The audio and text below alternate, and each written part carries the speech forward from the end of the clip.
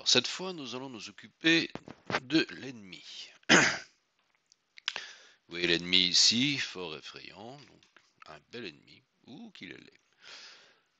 Donc, en fait, on va fonctionner exactement de la même façon qu'avec le héros. Donc, vous allez loader un perso sur Mixamo, sur tout ce que vous voulez d'autre, et importer les animations qui vont avec. Donc, n'oubliez pas d'attribuer les animations au beau skeletal mesh. Donc, est-ce que j'ai loadé ici? Pas grand chose, simplement donc le mesh, j'ai un idle et j'ai un walk. À partir de là, on va faire un idle run 1D avec juste deux positions. Donc, j'ai l'idle et j'ai le run. Toujours in place, pas oublié. Donc là, rien n'a changé, c'est normal. À partir de là, on va lui faire un animation blueprint, de la même façon que pour le perso aussi. Si ce n'est qu'il sera plus simple parce que celui-ci ne fait que marcher. Donc, dans l'anime graph New State Machine, Entry, vous prenez votre idle run et vous le reliez. Une variable speed que vous créez pour l'axe horizontal qui sera donc raccordée à la variable vitesse de votre idle run. Dans l'event graph, pas grand chose. Try get pawn owner, get velocity, on sort le vecteur length et on affecte la variable speed. Tout ce qu'il y a à faire pour votre perso. Ensuite, on va dans son blueprint. Donc, oui, j'ai oublié de vous dire, évidemment, pour créer l'ennemi en question. Donc, c'est la même chose, en fait, que pour le héros. Donc, blueprint class, vous choisissez un caractère. Et donc, quand vous êtes dedans, vous avez donc la capsule, l'arrow, le mesh, le caractère movement. Tout ce que j'ai fait, c'est rajouter une box collision. Donc, si je vais dans le viewport, vous voyez que j'ai une box collision tout autour. Box collision qui va en fait détecter l'entrée de mon héros dans la zone d'influence de mon ennemi. À partir de là, mon ennemi fera quelque chose. Donc, petit rappel pour l'event de box collision. Donc, vous sélectionnez la box, vous allez tout en bas dans les détails. Et le deuxième, c'est un onComponent begin overlap. Donc, c'est celui-là que j'utilise quand mon perso rentre dans la zone de la box.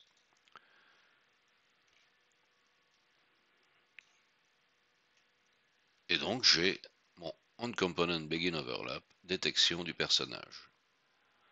Qu'est-ce que je vais faire à partir de là? Pour le moment, ce n'est pas nécessaire, mais si vous avez plusieurs ennemis, c'est nécessaire.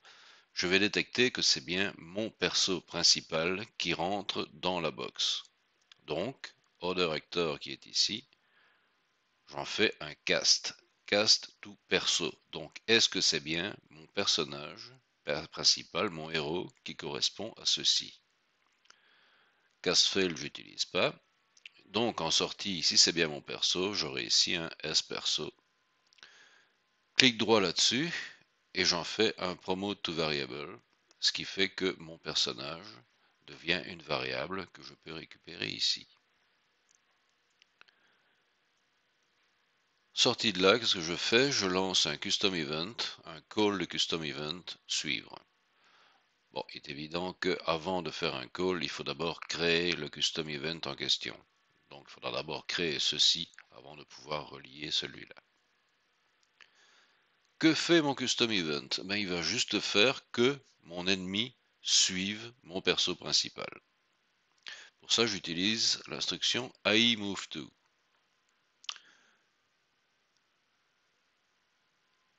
Je fais une référence pour le pawn, donc quel est le pawn qui va suivre? Référence to self, donc vous tapez get a reference to self. Vous obtenez ceci que vous reliez à pawn. Et où doit-il aller? Donc destination, soit vous tapez une coordonnée, soit dans mon cas, je veux qu'il suive mon personnage. Donc mon perso que j'ai récupéré ici, que j'ai donc en variable, sera le target actor. Donc si je fais uniquement ceci et ça, mon ennemi va suivre mon personnage. Alors, une chose importante à ne pas oublier, qui est nécessaire pour déplacer d'autres personnages que votre personnage principal, c'est le nav mesh band. Vous devez rajouter sur votre map un nav mesh band. Donc, là, vous cherchez dans les classes ici au-dessus, et vous tapez nav,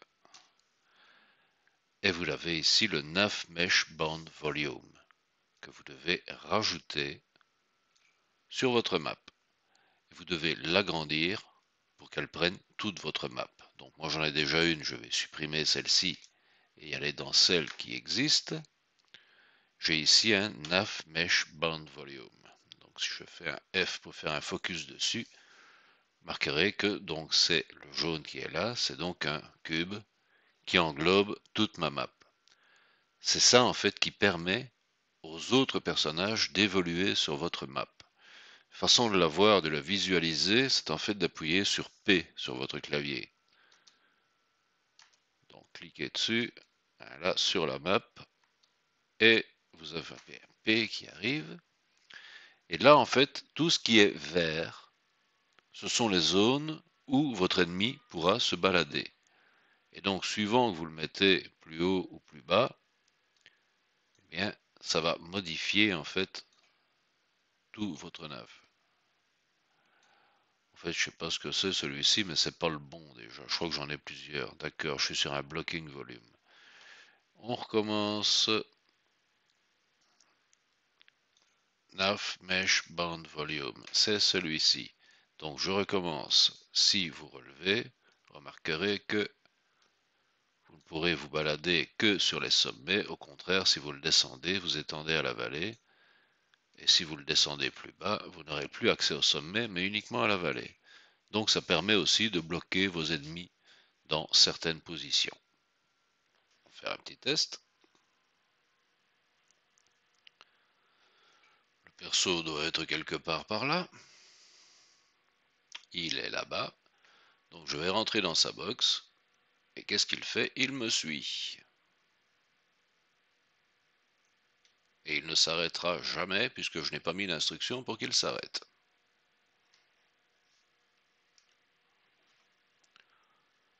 Retournons dans le perso.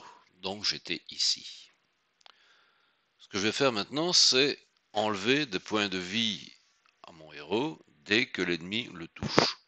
Donc j'ai appelé ça attaquer. Bon, en fait, il n'y a pas d'attaque. Vous pourrez très bien mettre une animation d'attaque à côté. Tout ce qu'il va faire ici, en fait, c'est lui enlever des points de vie. Donc une fois de plus, j'appelle un custom event. Et une fois de plus, évidemment, il faut d'abord le créer avant de pouvoir l'appeler. Qu'est-ce qu'il fait le custom event? Bah, pas grand chose en fait, il va juste enlever des points de vie à mon personnage principal. Donc pour ça, dans le perso, j'ai rajouté une variable vie, qui est donc une variable de type integer. Donc, de mon perso, je tire vie, je fais -1 d'attaquer, je fais un set de vie du résultat. Donc j'ai récupéré les vies qui se trouvent dans mon personnage, j'enlève 1 et je fais un set. Automatiquement, mes points de vie vont diminuer. Tout ce que j'ai rajouté ici dans l'event graph, c'est que sur un event tick, j'ai affiché les points de vie dans un print string. Donc c'est pas un affichage correct, on le verra beaucoup plus tard. Ici, vous avez simplement en fait les vies qui s'affichent. Donc si je retourne, play, vous avez donc vos vies qui s'affichent ici constamment en event tick. Et si je fonce vers l'ennemi, charge, voilà, donc il s'approche,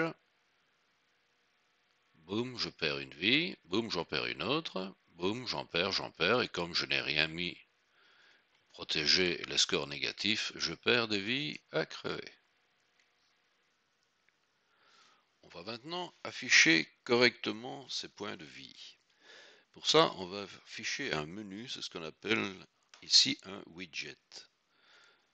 pour créer un widget, en fait, vous faites un clic droit dans le content et vous avez ici le tout dernier, c'est User Interface. Et là, vous sélectionnez Widget Blueprint. New Widget Blueprint. Bon, moi, je ne vais pas ouvrir celui-ci puisque j'en ai déjà un. J'ai donc ici un dossier Widget dans lequel j'ai mon menu vie.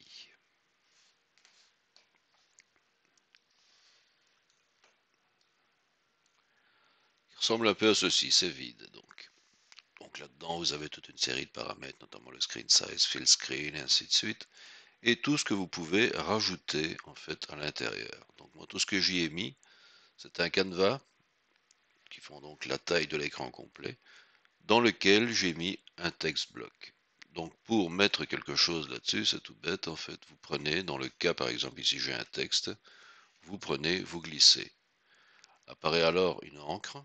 Vous pouvez mettre l'encre où vous voulez, ici dans les paramètres, gauche, droite, alignement, haut, bas et autres. Mais ce qui est surtout intéressant dans ce cas-ci, ce que j'ai envie de vous montrer, c'est le binding, qui fait donc que mon text block va en fait répercuter les vies de mon personnage. Donc, lorsque vous sélectionnez text block, ici vous avez le content. Donc, si vous mettez un content fixe, il vous affichera juste le content fixe. Si vous faites un bind, create binding, il va vous afficher une fonction que vous retrouvez dans l'event graph. Celle-ci ne m'intéresse pas, on va revenir à celle que j'ai fait avant. Juste un détail, dans un widget, pour passer en fait de partie designer à la partie event graph, ça se trouve ici. Donc là, je suis dans graph, là, je suis dans designer. Donc je vais supprimer celui-ci et reprendre celui que j'avais déjà fait. Donc j'ai déjà fait mon binding, j'ai un getText 0. Si je vais dans graph, vous avez ici l'event graph standard et vous avez le getText 0. Donc vous n'aviez que getText0 return node. Avant de faire celui-ci, on va passer d'abord à l'event graph parce que j'ai besoin de récupérer mon personnage. Donc, sur un getPlayerCharacter, en fait j'ai plusieurs solutions, j'en ai deux ici. GetPlayerCharacter cast to perso, sPerso, je fais un promote to variable et je récupère ma variable perso. Ça, c'est une façon. Deuxième façon, sur l'event construct, getActorOfClass, perso, promote to variable sur la sortie, je récupère mon personnage. Donc mon perso devient bien une variable. Ensuite, dans la fonction getText0, je prends mon perso en question, je vérifie la validité de mon objet. C'est pas toujours nécessaire, dans ce cas-ci ça ne l'est même pas, mais il est parfois intéressant de voir si votre personnage est toujours en vie ou s'il existe bien dans votre jeu. Donc dans ce cas-ci, perso is valid, il est valide, return node. Qu'est-ce que je mets ici sur le return node? De perso, je récupère vie. Je fais un append qui permet en fait de rajouter une chaîne de caractères et une autre chaîne de caractères. Ici en A, je mets vie espace 2 points espace. Et sur l'autre, je raccorde via un convertisseur la vie. Il va donc m'afficher vie 2 points, le nombre de vies. Je fais un toText histoire de convertir le tout en string et je le prends au return node. C'est tout. À partir de là, si je retourne sur mon terrain, oups, j'oublie un détail. Heureusement que j'y pense, c'est qu'il faut d'abord afficher votre widget. Ici, je ne lui ai dit nulle part d'afficher le widget. Donc pour ça, vous pouvez le faire n'importe où en fait, mais bon, j'ai l'habitude moi de le faire dans le Level Blueprint. Dans votre Level Blueprint, reviens ici et agrandis-toi que je te vois. Vous devez en fait en Begin Play faire un Create Menu Widget, la classe menu vie, donc c'est bien celui que je viens de créer, et ensuite un Add to Viewport. Ça permet d'afficher le widget sur l'écran. donc si je fais play, ici il m'affiche bien donc vie 2.3. On va l'attaquer la sale bête. Je suis dans sa zone 2. Et c'est moi qui meurs. Boum. Donc ici j'ai rajouté en fait la mort de mon perso. Donc si je vais dans Hero, perso blueprint, et donc la commande de ce game over vient de mon ennemi. Content, l'ennemi, ennemi blueprint. Et j'ai donc fait une petite suite à attaquer. Donc je fais diminuer ses points de vie. Je mets un clamp. Clamp en fait va vous limiter votre variable entre deux valeurs. Donc ici, j'ai limité entre 0 et 3. Il va commencer à 3 vies, il n'ira pas plus bas que 0. Le return value est affecté à vie. Je fais une vérification. Si mon nombre de vies est égal à 0, une condition, je raccorde la booléenne. Do once toujours. Game over qui vient d'où? Du perso. Donc du perso qui est ici. Je tire game over. Je vais donc lancer le game over qui se trouve dans mon perso blueprint. Si on veut continuer un peu ici, je vais aussi rajouter, donc il y avait attaqué de mon ennemi. Ce que je peux faire aussi, c'est qu'après une attaque, je mets un délai. Ici, je mets un délai d'1 seconde avant d'attaquer encore. Donc en fait, il va d'abord suivre. S'il est toujours dessus, il va le refaire attaquer. Donc suivre, n'oubliez pas, il est ici. S'il y a un non-success. Maintenant, s'il y a un non-fail, je peux mettre un délai aussi. Et je peux relancer suivre. Ça évite en fait que dès qu'il vous touche, étant donné que ça fonctionne à 30 images par seconde, vous perdiez toutes vos vies en une fois. Donc à vous de régler vos délais ici pour que ce soit jouable. Voilà, amusez-vous bien.